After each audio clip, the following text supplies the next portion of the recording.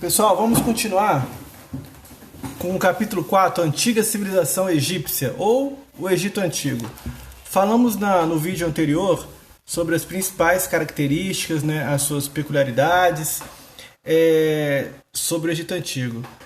A escrita dos hieróglifos, como esses hieróglifos foram decifrados. Até hoje existe um misticismo por trás disso, porque há muito tempo, muitos anos, ficaram tentando descobrir o que significava aquela linguagem estranha que ninguém entendia.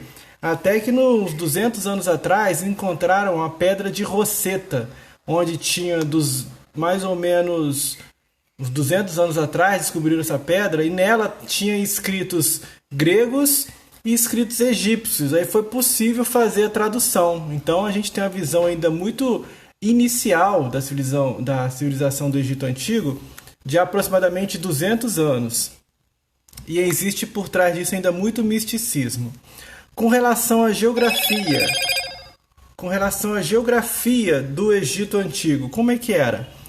Era considerado um oásis, porque, segundo a página 65 aí do livro, não sei se a imagem vai estar boa, lá no alto, tá ali, o deserto do Saara, uma figura tá de marrom. O Egito vai se localizar ao norte da África. E se você perceber bem, ali vai ser uma região desértica, onde está pegando um pouco do deserto do Saara. E se não fosse a presença do rio Nilo, seria impossível haver vida nesse local. Então é um oásis em meio a esse deserto. Então é fundamental a presença do rio Nilo para a sobrevivência do ser humano, certo? E o povo egípcio, na verdade, era um povo mistura de vários povos. O povo do norte se juntava com o povo do sul, daquela região norte da África, e foram se juntando em nomos há mais ou menos 5.000 anos atrás, como nós falamos. A economia baseada na agricultura, também falamos, e também tinha a divinização do rio Nilo. Como falei, se não fosse o rio Nilo, não poderia haver vida no Egito. Então eles colocavam a figura do rio Nilo como divina, como praticamente um deus. E potencializava esse rio através de vários canais, de vários diques, de vários poços. Então eles faziam com que a cheia tivesse o máximo de aproveitamento das águas. E fazendo isso através de técnicas hidráulicas. De certa forma, gente, os egípcios não sofrem muita interferência de outros povos. Então eles ficam, vamos falar assim, ilhados, Não recebem muitas invasões, não são atacados por povos rivais. Então durante muito tempo eles ficam ali, do seu canto, trabalhando normalmente, sem muita preocupação. O que eles se alimentam? Como eu falei no vídeo anterior também, os pobres se alimentam de papiro, de raiz de papiro. Tem também, para a camada mais rica, o trigo e a cevada. Inclusive, cevada é essa que vai dar origem à cerveja. São os egípcios que inventam aí a cerveja, certo? E o pão do Egito é igual aquele pão sírio, uma folha fina, tipo aquele pão sírio, uma folha fininha de pão feito com trigo e com cereais. A agricultura utilizada através dos canais dos diques e o trabalho compulsório. Lembra que nós falamos modo de produção asiático. Todas as terras do Egito pertencem ao faraó. Então todas as pessoas são obrigadas a trabalhar através do modo de produção asiático. Pessoal, e essas enchentes? Você vai perguntar assim, nossa, tinha tantas enchentes no Egito Antigo, até hoje existem essas enchentes?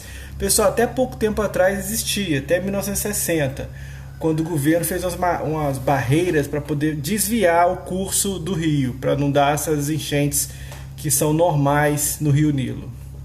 E além da agricultura, eles também eles utilizam-se da pecuária. Devido a espaço, o local lá, eles aproveitam tudo do boi. Então aproveita do chifre até os ossos. Então não tem desperdício nenhum. Comem também peixes, no Egito Antigo. Fazem consumo de peixe, pesca. E a escravidão inicial é mínima. Não tem muitos escravos. A maior parte são servidão coletiva. As pessoas trabalham porque são obrigadas, mas não é caracterizado como escravos. Trabalham na construção de diques, de pontes, inclusive até das pirâmides, né? Mas não é escravo, é o povo que trabalha. Trabalha porque são obrigados a trabalhar, mas não em regime de escravidão. E a mulher e a criança, como eram tratados no Egito Antigo? A mulher tinha condição de vida boa, ela era valorizada, ela não era inferiorizada, como em outras culturas da antiguidade. A mulher fazia as mesmas tarefas do homem, recebia o mesmo pagamento, ela também trabalhava em cargos públicos, em cargos políticos, inclusive chegou ao posto de faraó, como a Cleópatra. Existia nessa civilização um regime de monogamia, no caso o homem casava com a mulher e era fiel a ela, exceto os faraós, que poderiam ter quantas mulheres quisessem. A mulher tinha o direito de divorciar do homem, se quisesse, e a mulher era valorizada na sociedade porque ela poderia gerar filhos, e com isso ajudava a sociedade do Egito Antigo. Como falei também, os pobres se alimentavam de raiz de papiro. Todas as crianças viviam peladas até os 12 anos de idade. Uma coisa interessante também é que existem poucos ou quase inexistentes casos de pedofilia.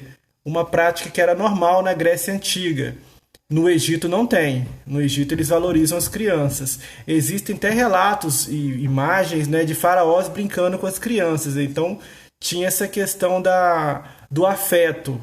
Os faraós perdiam ali seu tempinho com a criança, brincava. Inclusive achavam até nos sarcófagos, nas pirâmides dos faraós mortos, né? Achavam brinquedos de crianças.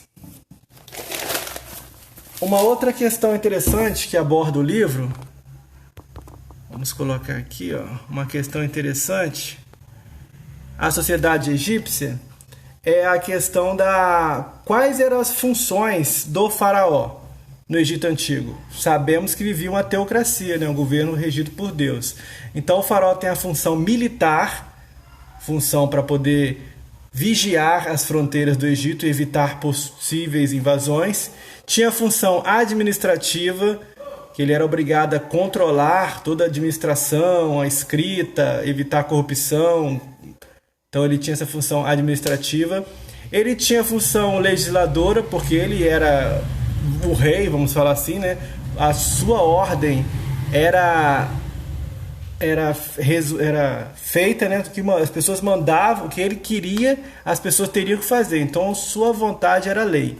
E a função religiosa, porque ele era o Deus vivo aqui na Terra, certo?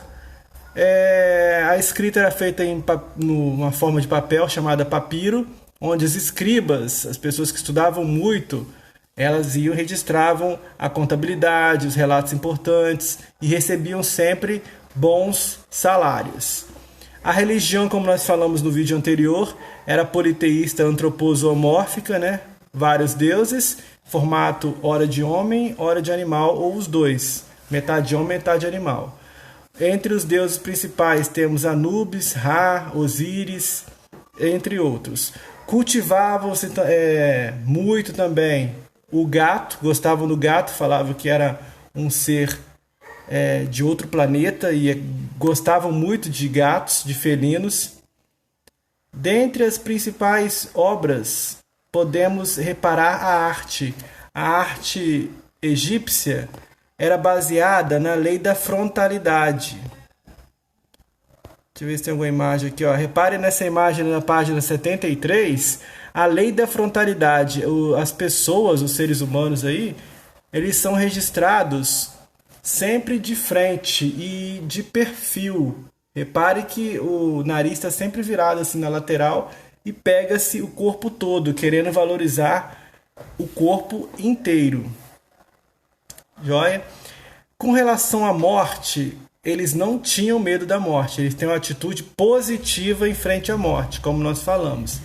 Faziam rituais inomadores, quer dizer, enterravam seus mortos, conservavam o corpo para o pós-vida, certo? através de rituais de mumificação, como também falamos no vídeo anterior, que vai constar na página 72.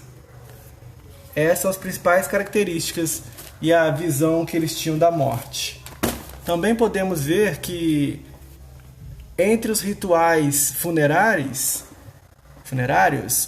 os ricos se destacam pela quantidade luxuosa de ornamentos que eram levados para a sepultura. E o pobre já não tinha todo esse vislumbre, certo? Os faraós poderiam levar para a sepultura as coisas que ele achasse mais importantes. Então você achava ali comida, móveis, bonecos. Tem registro de faraós que, ao morrerem, levavam para a pirâmide, inclusive soldados. Ao morrer, era feito mumificado o corpo dele e mandavam soldados vivos para ficarem lá na pirâmide e morrerem com ele.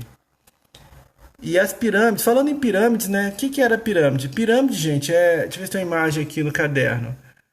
Aqui é o templo. Aqui, na página 70. Pirâmides são grandes construções que eram utilizadas principalmente para guardar os corpos das pessoas mais importantes, no caso faraós, sacerdotes. Então era tipo uma sepultura, certo? E era cheia de armadilha para evitar que alguém roubasse os tesouros, porque quando os faraós morriam, as pessoas importantes levavam consigo também ouro e prata. E era uma segurança muito forte, então era cheio de armadilhas para garantir que ninguém entrasse e roubasse. Então tinha muita segurança. Tem também, gente, as pessoas pobres, elas eram enterradas em mastabas. Os pobres não tinham condições de erguer pirâmides, então faziam mastabas, que são pedras de granito, no qual enterrava o morto e colocava essas mastabas em cima, protegendo o seu corpo, né, morto. Existe um caso, pessoal, interessante do século XX, que foi descoberto a tumba de Tutankhamon. A tumba de Tutankhamon, ela foi um grande artefato arqueológico, um grande momento histórico, porque ela foi a primeira tumba que depois de 3.000 anos foi descoberta intacta. Então ali está todo o registro, depois de 3.000 anos ninguém abriu, então foi uma das únicas que foi descoberta intacta antes das invasões de ladrões. Então ali tinha uma série de artefatos históricos importantíssimos para a gente descobrir como era a vida do pessoal nesse período.